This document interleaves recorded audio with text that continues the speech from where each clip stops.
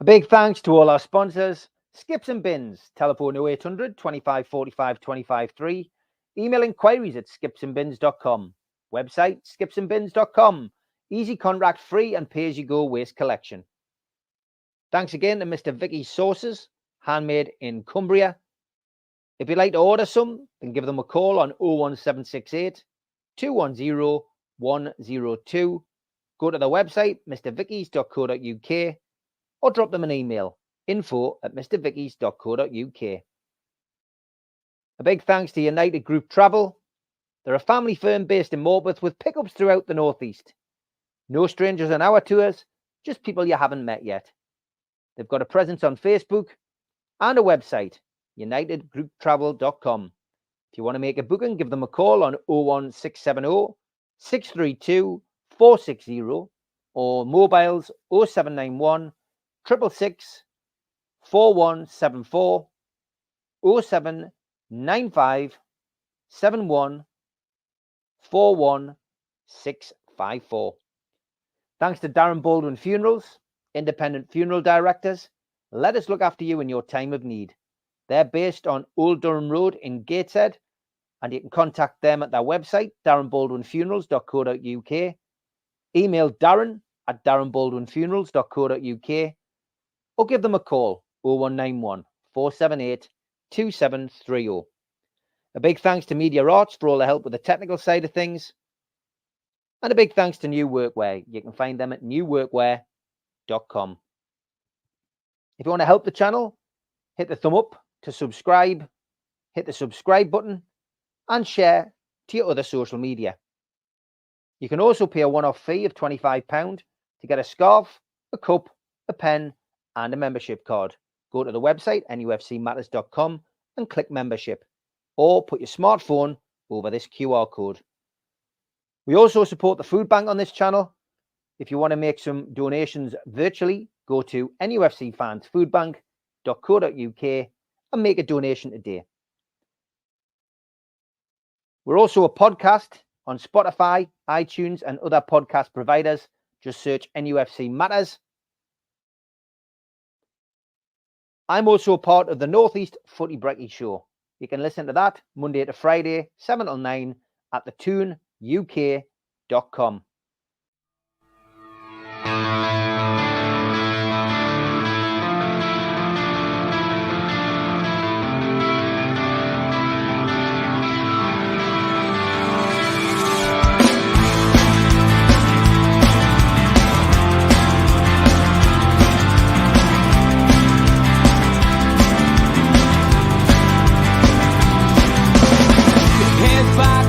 Critics attack. It feels like I've been talking to myself again.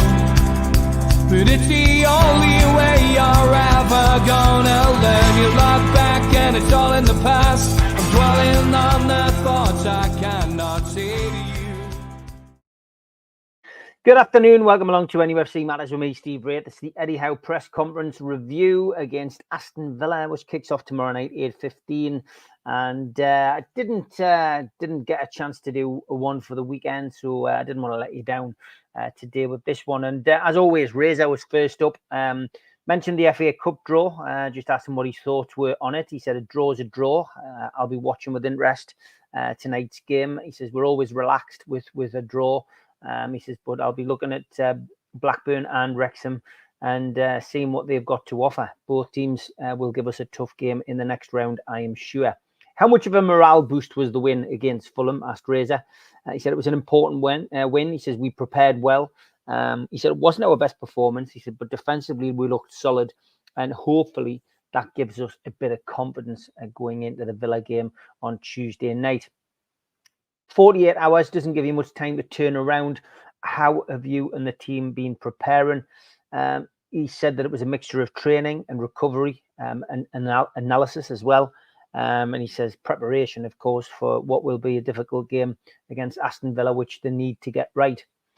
Reza mentioned last year's result at Villa Park. He said you were well beaten last year. How tough a game is this going to be? He said, yeah, we hadn't performed at our usual levels at Villa Park, and they played very well. Their intensity was good. He said, but we have played them twice since then, of course, in pre-season in the USA and at home this season with a 5-1 win. It's up to us to respond at Villa Park and get things right. You've managed to win a lot of away matches and have good results in the cup, but not so in the league. How do you turn that kind of form around, was Razor's next question. And he said similar to what we did at Fulham at the weekend. We were resolute at the back. We were dogged in midfield. Dubravka pulled off some good saves when called upon. And as far as they were concerned, the forwards need to take their opportunities, and Longstaff scored a good goal, and obviously we finished it off with a goal from Dan Burn. He said, but yeah, he says, I think we're getting there slowly but surely. We scored 2 goals at Liverpool, and he said 2 goals at Liverpool should have been enough for us to come away with something, but we didn't. But yeah, if, all being well, continue in the same vein. Put the same kinds of effort in, and hopefully we will start to see results turn, was Eddie's message. Reza mentioned the kickoff time, following on from the ridiculous kickoff time at Fulham. We've now got an 8:15 in Villa in Birmingham. Have you got sympathy for the supporters? He said, yeah, look, both kickoff times are strange. There's a lack of care for fans. He says, obviously, the passion that we get from our supporters essentially, it means that they want to be at every game. And from our perspective, we sympathise with the supporters. Ray's asked him about Miggy and Jamal Lascelles. Would they be available for the game on Tuesday? He said, yeah, I'm hoping Miggy will be available. We'll do some checks today, but hoping that that bout of illness has passed over now. But Jamal won't be involved. This game comes too close. But it's not a serious injury, and he should be back soon. Keith Downey from Sky was next. Are the clubs still active in the transfer market? He said. Still active, said Eddie. He said, look, nothing has changed. It's copy and paste from the press conference on Friday, and there's nothing new to tell you. He said, on Friday, I felt when we asked the questions about Almiron and Wilson that one of them could go. Is that still the case? Eddie looked at him quizzically and said, are you trying to put words into my mouth? He said, look, we're waiting to see what happens in the transfer window. He says, but, I won't discuss individual players. And, from our perspective, it's certainly not what I was trying to imply on Friday. If you are to add a player, do you have to lose a player? Was Keith's next question. He ummed and ahed on this one, but basically said that nothing is clear cut and that all options are still potentially possible before the transfer window closes. He then asked him a direct question. Have you approached Villa about Jacob Ramsey? Incorrect, he said. Have you had an approach from Celtic regarding Matt Targett? Incorrect, he said. Way off. He's injured. He's still got a bit of recovery time to go. And Keith said, he says, I'm desperate for the window to close. And he said, I think a lot of people are making things up, Eddie said. That was that. Keith moved swiftly on to the Villa result. He said, would you like to have been able to bottle that result that you had at the start of the season, that 5-1 game, and take it into this match? Eddie said, look, it seems a long time ago. He said, attacking wise, I thought we were brilliant that day. He says, but that wasn't our greatest performance. He says, what I remember is that our squad looked healthy. And, from our perspective, we showed our quality on the pitch that day. But yeah, things have changed massively since then. How important was the win at the weekend, said Keith. Yeah, very important. He said, but we've still got a lot to play for. He says the FA Cup aside, the gap isn't big enough, isn't huge above us, between us and the teams in the European slots. A big run, a good run of form changes things. He says, so we aren't being negative. Far from it. We're being very positive, and I hope you are too. Andy Sixsmith was next. Joking about Alan Shearer being in the away end. Does he need to be in there more? Eddie said he wasn't aware that he was in the away end until after the game, but he said, yeah, it would make sense. He says the fans were in good voice. He certainly seemed to inspire the supporters, and the support, as always, was immense. Byrne, after the match, said Andy, said he wasn't firing. The team at the moment weren't firing on all cylinders. What does it take to get Newcastle United to fire on all cylinders? And Eddie said, look, confidence, momentum, rhythm, winning games, good training and preparation. He says, there has been signs that we are returning to where we were towards the start of the season. The Man City game was good. Had we not conceded the late equaliser and got something out of that game, that would have been 3 unbeaten. So, he says, from our perspective, we can see the signs of things at this moment in time, and we've just got to keep building on that. Andy then said, great to see Murphy back in the team. How are the others, the likes of Barnes, Wilson and Willock and Anderson? He started with Harvey Barnes. He said he's getting closer, and he's probably the closest. Callum Wilson next, Joe Willock after that, and then Elliot Anderson, and then there's a few others a little bit further back. What's the best case scenario when the window closes, said Andy. Keeping the squad intact, said Eddie. Producing the team to win games is A1 for me. He said, we are guardians for the club's future and we don't want to breach FFP. And that's why, we aren't going to be, potentially doing any business this window unless things change, of course. You celebrated with a tea and a cup of tea and a biscuit at the end of last season's, the last window. How will you celebrate this one? He just said cake, perhaps, 2 biscuits and a cup of tea. And how much have Villa improved? Was Andy's last question. He said, look, we've seen a dramatic upturn, on Villa's performances. He says, I haven't followed them as such, but we watch them obviously when we're coming around to playing them. He says, but look, their dramatic upturn last season, we were on the end of a really good team performance. And, he says, looking at them this season, they've navigated Europe well. They've maintained their form in the Premier League, and it's going to be a really good test. Alistair was next. He said, when you look back at the 5-1 win and, the players like Tonali and Barnes, performing as they did, do you look back at this season and think, what might have been, if you hadn't had the injuries? He said, look, that's wasted energy and emotion for me to do that. He says, my main focus is getting those players back into the team and getting players fit and, getting results.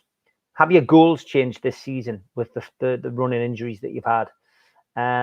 He says, I don't like to look at it like that. He says, my job is to produce the best team each match, focus on how we can get to the goals that we set out to achieve. So, no negativity as far as Eddie's concerned. Damien was next. Do you compartmentalize the transfer window when you're coaching the players? He says, yes, to a degree I do. He says, I take a huge role on the ins and outs, of course, because results are dictated by the players that we sign. But it's my job to concentrate on the players who are currently filling Newcastle United shirts, and everything else has to take second place from coaching the team. But I do have, involvement. Are you seeing signs that the form of pre-season and the early part of the season is returning, Eddie? Asked Damien. He said it's been there in flashes. I like to think we will improve. He says, there's been reasons that we haven't been, as good, essentially because of the injury list. But overall this season we've been indifferent. Craig Hope was next. Are Barnes and Wilson going to be available for tomorrow? No, said Eddie. Is Trippier okay? We'll know more today, said Eddie. Villa in that 5-1 game, does it feel like a lifetime ago? Was Craig's next question. He went, yeah, look, it was a good day. The score, gives a false impression. We were great in the attacking side of things, but, Aston Villa were good that day. I saw a good team. It was 2 good teams going at each other. We just put the ball in the back of the net. He was clearly agreeing with probably what Alex Ferguson said at the start of the season, which was Aston Villa played really well that day, and he's proved to be right despite the fact that we were all going, what game were you watching? Does summer change dramatically for Newcastle United, with obviously the 3-year FFP coming to an end, that particular period? Eddie just said, look, we're focusing on the here and now. I don't want to start looking at the summer transfer window. Will you get a war chest in the summer? It's a typical Alan Oliver question that back in the day.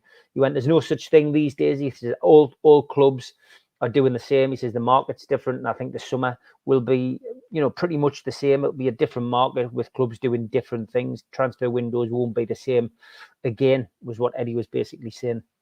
Lee Ryder was next, asking about transfers again. He said, if someone theoretically signs Jamal Lascelles, have you got a deadline where you have to look at trying to bring somebody in to replace him? Because that would be a big gap in the defensive side of things. He said, look, he's our captain. He plays a huge part behind the scenes and on the pitch. I don't want to speak about specific players. He says it's difficult if you lose players in a transfer window as the deadline approaches. He says, yes, it leaves you in difficulty. Has your ambition changed with this window? He said, we try and prepare and plan.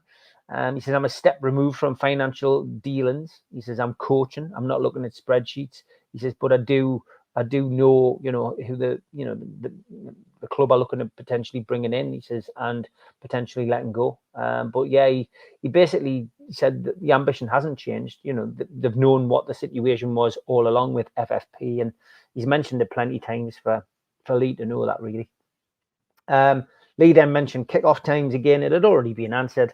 He said the fans were defiant. It seemed as if they were defiant despite the stupid kickoff time in the weekend. Does every little chant, positive of course, help you? He went, yeah, it does. He says, look, I'm not listening to every word that the fans say. He says, but we'll react to the feeling. And he says it was a good feeling about that game. It's a good feeling about the competition, and it does make a difference. Chris was next. Have you had any official approaches for any of these Newcastle players that have been linked with a move out of St James's Park? No, was his answer. What's your views on some fans who say that if you go out of the FA Cup, then you've got to really wait until next season. Now there's nothing really to play for. He just said, look, nothing's over. We'll give it our best shot in the FA Cup, and we'll give it the best shot in the league. As I've already said, we're not far off those European slots. Luke Edwards was next. He said, we've heard from Kieran Trippier at the weekend clarification that he's not had his head turned and he's happy at Newcastle. Have you had the same from Callum Wilson? Eddie just said he wasn't aware that, essentially, that there was that kind of news around Callum Wilson. And he said, look, I have spoken to Callum. He's 100% committed. He says, I'm actually surprised by the noise about him. He's currently injured and we know nothing about it. Luke then moved on to the transfer window side of things with incomings. He says fans seem to be braced for not signing anybody and not having any new arrivals. He says, are they right to do that? And he went, as every hour increases towards the transfer window closing, I would say yes. He then reiterated the question that had been asked earlier, just has there been approach for the Villa midfield there? And he said, no, there hasn't been. Jordan was next. Has there been a setback on Wilson? Because there was talk of him potentially being available for the Villa game. He went, no, there's no setback. He says, originally, I think we were talking about a 4-week layoff. He says, but he says it was extended to 5. He says, so there's, we knew that and we just hadn't passed that on. So yeah, it's, he'll be back for the game after Villa. Jordan then said that he said the last press conference, he said that offering Callum Wilson about didn't make sense as this would leave you with one fit striker. Does the same apply to Miguel Almiron? 100%, said Eddie. Quite a few one-word or two-word answers from Eddie in this one. Dom was next. He said, you were linked with a lot of goalkeepers at the start of the transfer window. Has Dubravka's form in recent games silenced that and maybe stop the club looking at potentially signing a goalkeeper? He just waxed lyrical about him. He said he's done very well. He's made key saves against Fulham. His distribution was good. He's a really experienced keeper. He trains well and he's responded well since he came in. Dom then asked him how far away Nick Pope was from returning and would he go straight back into the team when he was fit. Eddie just said he's got some distance to go. It was a 4-month recovery plan. He's on track. But as for team selection, we'll have to wait and see, once he got back into that kind of fitness, how he was and whether it was, whether it was something that they would do. Will Miggy train today? Was the next question. I hope so, he said. Oscar from the Sun was next. Is top 4 still the target? Eddie wouldn't put a figure on it. He just said, I'll never say no. But I'm not going to be worrying about where we're going to finish in the league at this moment in time. All focus and all concentration is on beating Villa on Tuesday night. Kieran asked about disadvantage to Newcastle with regards to FFP. Eddie broadened his answer a little bit here. He just said, look, you know, it is a disadvantage if you're a club like us who wants to grow really quickly. But FFP is a nightmare for all clubs. You know, there's stringent tests for takeovers of clubs put in place now. We've all got to deal with it. It's not up for me to decide whether it's fair or not. But, you know, it's where we are and it's what we've got to deal with. Kieran asked him about Klopp. We paid his tribute to him like every manager will have done over the course of this week with the press conferences. Just admitted that he helped transform the Premier League. He was incredible for the club, Liverpool. He's admired him for many years. He likes the style. They're difficult to stop. They stand on their own. You know, and he created that identity with his coaching staff, and that the Premier League will miss him. Martin Hardy asked if he felt he was weak in midfield and would he like to strengthen that area. He just said, look, we're lacking in numbers. There's a high demand on Lewis Miley playing every game. And he says, I don't really want to have to pick him every week. He's done well, of course, but, you know, I'm conscious of the fact that he's a young boy and he's having to play week after week after week. He says, I thought Sean did well against Fulham. That was probably his best game for a while, but we haven't got quality. We haven't got depth at the moment due to injuries. He said, Bruno's Bruno. And, you know, we just got to hope we don't get any more injuries. Of course, Jacob Murphy was back. Harvey Barnes is on his way as well. And Willock not too far behind. You know, our midfield will be boosted by the return of those players. What about Bruno being linked with clubs? Does that frustrate you? Eddie just laughed and said, I don't hear these things. I don't see it. He says the biggest frustration, he's on 9 bookings. He says that is an issue. And that was it, 26 minutes long, the video that Newcastle put out today. And that is it reviewed. Afternoon to Les. Congratulations to Miley on his new contract. Yeah, we'll be talking about that in the fans forum tonight. We are live at 6 o'clock. Make sure you set a reminder for that. Miley's new contract feels like a new signing, says El Giorgio. Happy Monday, Andrew. Thanks for chipping in on the breakfast show this morning. And who else is in the chat? Stephen Anderson, how are you, mate? Keith Downer had a mare today. Eddie made him look a right mug, says El Giorgio. I did feel that. Andy, up the Villa, he says, yeah, looking forward to tomorrow, Andy Brogan. Should be a good game. May the best team win. Steve generally goes through the press conference first and then chats at the end. Thank you, Les. That's what I tend to do. Hope you're well there. Anyway, Les and Andy. Blue Rhythm Boy, glad Howe highlighted that we can still get into Europe and our league season isn't over. Something that I've been doing, despite me negativity in the last couple of weeks on this platform. It's something I have been highlighting, and we're not far off those European slots. Could you imagine Bruce in a press conference like Eddie's recent ones? He'd have melted. Oh, God, definitely. Alex Hall, would you say it's a really bad season? Definitely not. It's been great. The Champions League's been fantastic. And, the season isn't decided until May. That's the only time that you can really, really judge what kind of season it's been. You're a great side. Emery has made you a well-oiled machine. Based on the season, I feel we are slightly underdogs against you, especially away from home. No more subbing the time banners, please, says Blue Rhythm Boy to Andy. Yeah, it's going to be a big game. 2 good teams going at each other. Newcastle got players back. I never believe what Eddie says in his press conference. I still think we'll have a player back tomorrow night. I'm hoping it's Wilson or Barnes or both, but never trust what Eddie says in the press conference. He'll be sending mixed messages out to Unai Emery, whose press conference, by the way, is 2 o'clock if you want to watch that on Sky today. Thanks to everybody for tuning in. I will be back tonight at 6 o'clock live with the fans forum. Tomorrow night, we'll be talking the tune with Sid and Rob. We're moving Rock and Rob's music section to that new show that I did with Sid last week. And that'll be going out as a pre-record tomorrow night at 6 o'clock. Geordie's here. Geordie's there Wednesday night, live, 6 o'clock.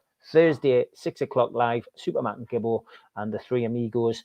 Friday night, 5 o'clock live. That's it. And UFC Matters week sorted. Take care. I'll play out with this.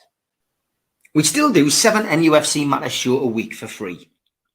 But if you want to help support NUFC Matters, then there are a few ways of doing it. Hit the like button on each live broadcast and video.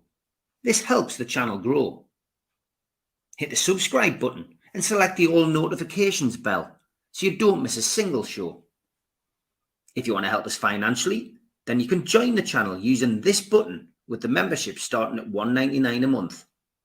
Or you can drop us a donation in the chat using a super sticker. We're also looking for sponsors. If you'd like your brand advertised on the flyers for the show and featured during the ad break, then email John at nufcmatters.com to arrange today.